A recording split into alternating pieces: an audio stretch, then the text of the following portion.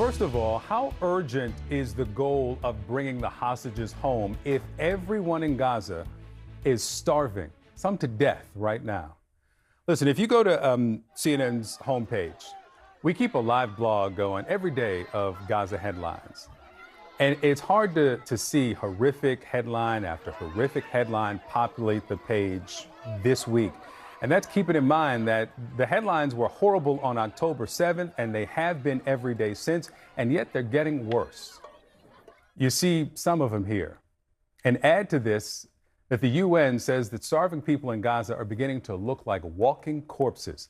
Doctors Without Borders says that the rates of severe malnutrition in children under 5 in its clinics have tripled in just the last 2 weeks.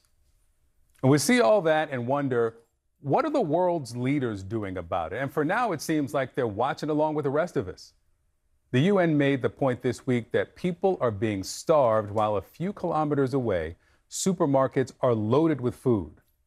Israel says that they'll allow other countries to drop aid into Gaza from the air in the next few days, but the UN warns that that method is costly and it's dangerous. And talks for a ceasefire, they're not going well either. President Trump blames Hamas for the decision by the U.S. to pull back from talks. Watch. They pulled out of Gaza. They pulled out in terms of negotiating. It was too bad. Hamas didn't really want to make a deal. I think they want to die, and it's very, very bad. And it got to be to a point where you're going to have to finish the job. They really they asked for things. Don't forget, we got a lot of hostages out. So now we're down to the final hostages, and they know what happens after you get the final hostages. And basically, because of that, they really didn't want to make a deal. Israel Prime Minister says that alternative options are being considered to bring hostages home and end Hamas's rule in Gaza. Israel says that Hamas, and we'll remind you here, it is a terrorist group, is responsible for the lack of food and medicine. This idea of famine and starvation has been thrown at us consistently on a weekly basis for the last 2 years now. It has never come to pass. So these are false warnings which come from these aid organizations. And I also would say that where there is hunger in Gaza, it is hunger orchestrated by Hamas. In the meantime, Egypt and Qatar, they say that they are still working towards a ceasefire.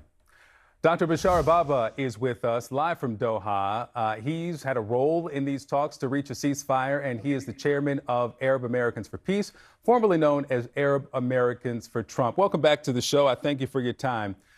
You supported this president before the election. You support him now. You said that you were certain the president would end this war, that things would change in Gaza, the hostages would come home.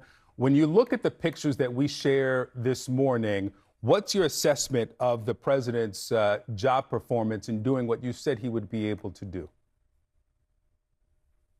Well, first of all, thank you for having me. And secondly, I just want to emphasize that I'm speaking on my own behalf.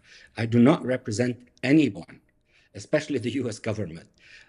So having said that, I think what we are seeing is that there are two different approaches to the conflict.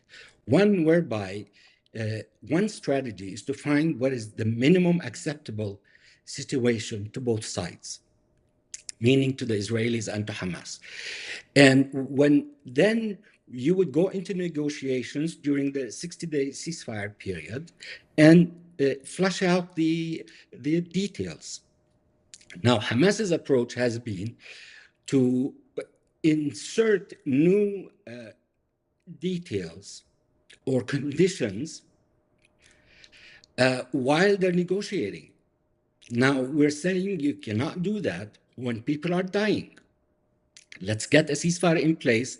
You won't get everything that you want, but let's get a ceasefire in place and then talk about the details during the ceasefire. Okay, Dr. Baba, let me flip this. You say that Hamas cannot add these new conditions while people are dying.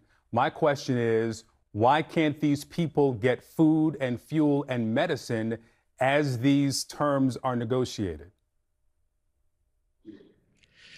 I agree with you 100%. I mean, I get tons of messages from people in Gaza begging for food. Some people have said, we wish that a nuclear bomb would hit us so that this suffering, starvation ends.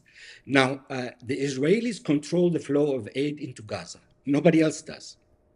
Nothing gets into Gaza without Israeli approval. Now, the United Nations have said that they wanted secure passages for their trucks to go into Gaza. And the Israelis have not provided the security for those trucks. So we're in a bind right now. People are dying. Israel has to realize that it has a significant responsibility to end this starvation in Gaza. It's totally unacceptable. There has never been a war like this with starvation in the 20th or 21st century. Now, people are suffering and they need food. You do not represent the U.S. government, and I accept that. And I hope I didn't, in the intro, suggest that you are a representative of the U.S. government. You are a supporter of the president. I want you to listen to a member of his administration, though. This is the deputy spokesman for the State Department on aid and what they say is Hamas looting. This was Thursday of this week. In terms of the food, is that Hamas, through looting the food, has led to weaponization. They are weaponizing aid when they are able to. We have a system in place attempting to get as much aid into Gaza as possible in a way where it is not being looted by Hamas. That is the reality that we're seeing. That is the reality that we're pushing for, trying to get as much aid in there as we possibly can. That was Thursday. On Friday, CNN got its hand on a report, an internal USAID report that said that there is no evidence of widespread Hamas looting. There was no indication that there was a systemic loss due to Hamas interference or theft or diversion, according to a source close to the report. How can both be true? You support this administration, this president.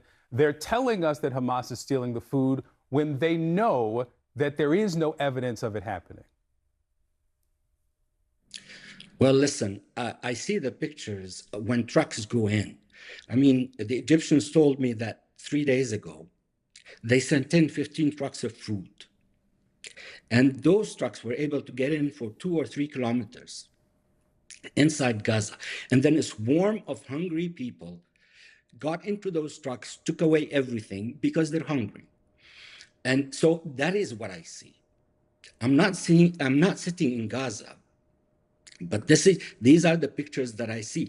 I hear from people that their brothers and sons go to find the aid trucks, and many of them wonder if they will ever come back alive, because it's a dangerous thing to go to the aid trucks. So, I mean, listen, it's not a political situation. The situation with food is humanitarian. Food has to get in irrespective of who puts what on whose blame. It's irrespective of that. Food has to get in. People are dying and people are starving. And that's a reality. Dr. Baba, when I first spoke with you, this was before the 2024 election, your first appearance on the show. You told me that you were certain, and these are your words, not mine, that Donald Trump strikes fear into the heart of Benjamin Netanyahu, that he can influence him. And so when you suggest that this is only Netanyahu, it was you who told me on this show that Donald Trump had the influence to get the prime minister to do what he wanted. I want to also read something from before the inauguration.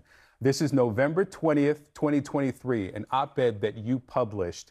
And you wrote this: if the fight goes on for an extended period, the number of Palestinian casualties will rise to the point that the world's rage will fall upon Israel and those who support it.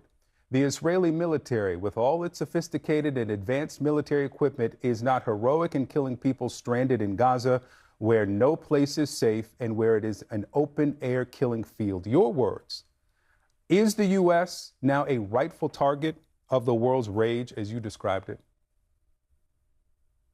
Listen, I am, I'm confident that the president is looking for a resolution to this conflict. I'm confident that the president does not want to see people hungry. At the same time, I am confident that he's working on getting food in. Now, what the Israeli calculations are, I do not know. But the president is very committed to that, at least from my perspective. 1,000 people since May shot and killed, waiting for food. More than 120 died of starvation in the last week, more than 80 of them children. Dr. Bashar Baba, thank you so much for being with me this morning. Thank you very much.